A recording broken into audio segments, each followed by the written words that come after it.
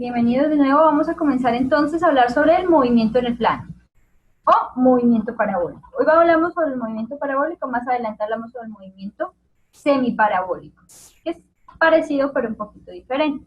Movimiento parabólico tiene una característica muy importante y es que hay un movimiento tanto en el eje X o en el eje horizontal, como también va a tener movimiento en el eje vertical, ¿cierto? Es decir, sí, el cuerpo se está moviendo en los dos ejes al tiempo.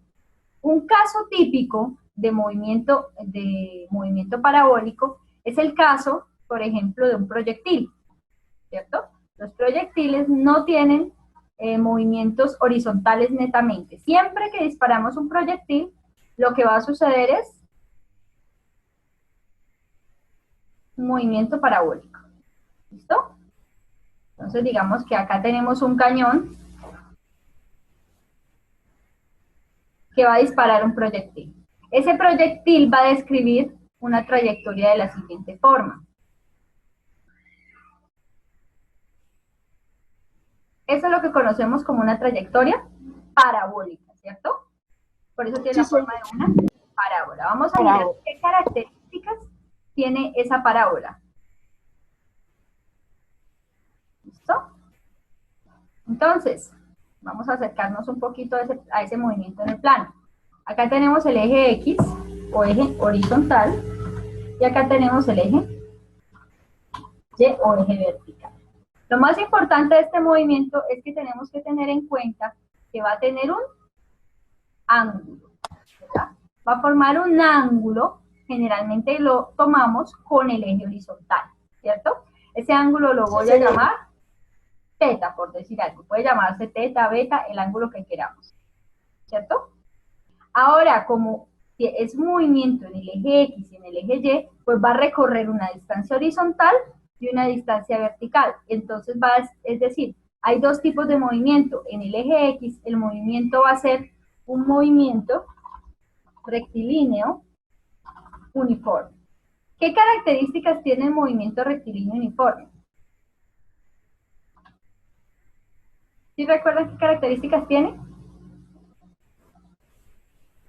La velocidad es constante, ¿no? Constante, sí, señora. Perfecto, constante.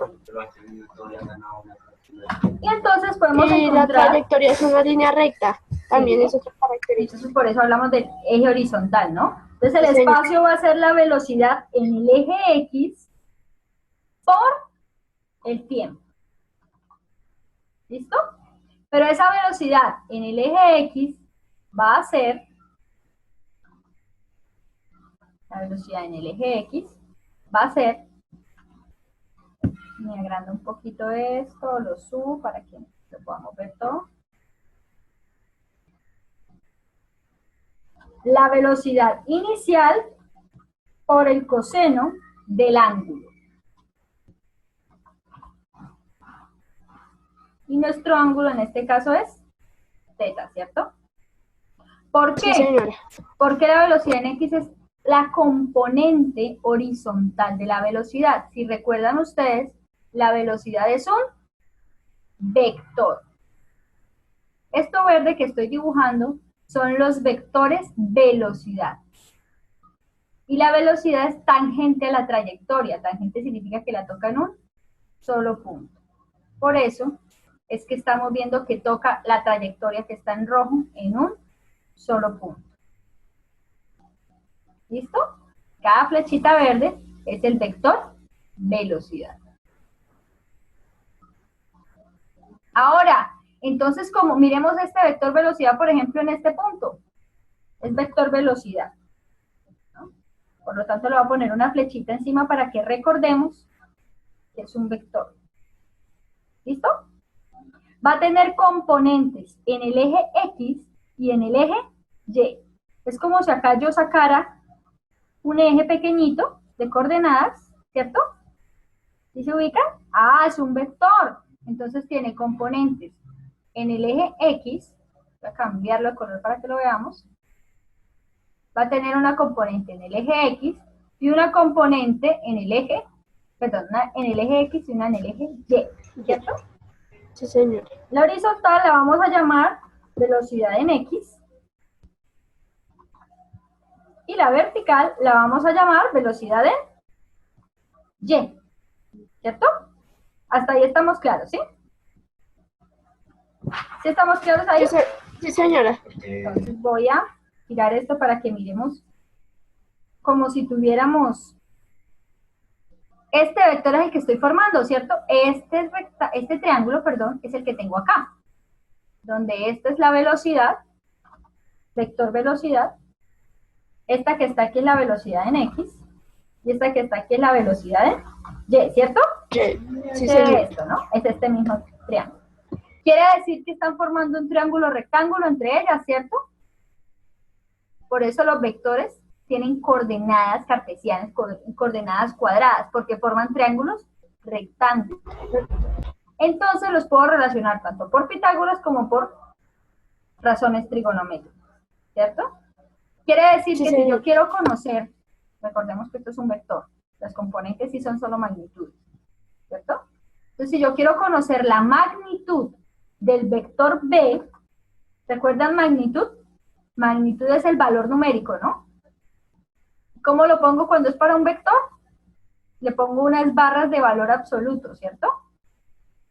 Magnitud numérica de ese vector va a ser igual a que viene siendo para ese triángulo. Para ese triángulo viene siendo la hipotenusa, ¿cierto? Sí, señora. Viene siendo la hipotenusa. Por lo tanto, sí, señora. puedo determinar la magnitud de la velocidad completa en ese punto si tengo el valor de las coordenadas. ¿Listo? Y estos que vienen siendo los catetos. Velocidad en X y velocidad en Y. ¿Cierto? ¿Se acuerdan de Pitágoras? La suma del cuadrado de los catetos Sí, señora. al cuadrado. Y esto va al cuadrado cada una, perdón. Ese cuadrado. Van al cuadrado las dos. Es decir, esa es la magnitud de la velocidad, la total. ¿Listo? Y en cada punto va a tener componentes en X y en Y. ¿Qué pasa en este punto? Este punto es el que denominamos el punto de máxima altura. Me quedo un poquito corrido, vamos a hacerlo un poquito más para acá. ¿Qué es esto? Esto es cuando yo tiro o se lanza un cohete o se dispara un balón, hay un punto de máxima altura y ahí a partir de ahí empieza a descender, ¿cierto? A descender, sí, señora. Por efecto de la gravedad. Esta es la altura. Bueno, voy a ponerle Y porque estamos en el eje Y, lo que llamamos una Y máxima. ¿Listo? Altura máxima. En el punto de la altura máxima, ¿qué pasa con el vector velocidad? Mírenlo, está completamente horizontal. Entonces, en el punto de altura máxima, esto es más para análisis y sobre todo para electros también, en el punto de altura máxima, la velocidad para el punto máximo, velocidad total, va a ser igual a la velocidad en el eje X. ¿Sí? Porque toda la componente, si ven que la componente se agacha tanto que queda completamente horizontal. ¿Listo? Sí, señora. Entonces en el punto de altura máxima la velocidad la describe totalmente la componente horizontal. ¿Listo? Perfecto. Ahora, si hay una altura máxima, también hay una distancia horizontal máxima. ¿Cierto? Lo máximo que podemos llegar horizontalmente. ¿De qué va a depender esa, tanto la altura máxima como la distancia horizontal máxima? Va a depender directamente del ángulo, ¿cierto? Si la inclinación es mayor, podrá quizá alcanzar una mayor altura, pero la distancia horizontal será menor. ¿Listo? Entonces vamos a mirar cómo es el movimiento en el eje Y y luego describimos las fórmulas para X máxima y Y máxima. Ya tenemos cómo es el movimiento para el eje X, ¿no? Cuando analicemos un ejercicio se tiene que analizar tanto para el eje X como para el eje Y. ¿Listo? vamos a mirar en el eje Y. En el eje Y tenemos un movimiento uniformemente acelerado. Entonces aquí ya hay aceleración, ¿cierto? Sí, señor. Pero la aceleración que hay función en el movimiento vertical es igual a ¿qué? A la gravedad. Ya lo había dicho Sara, ¿cierto? Gravedad. La gravedad, chicos, no es una fuerza, es una aceleración. ¿Listo? Lo que es una fuerza es el peso. El peso sí es una fuerza y es producto de la gravedad. Pero la gravedad es una aceleración. Vamos a revisar en el gráfico dónde estaría ubicada la gravedad. La gravedad siempre apunta hacia abajo, el peso, el vector peso siempre apunta hacia abajo, ¿sí? Entonces, en todos los puntos de la trayectoria,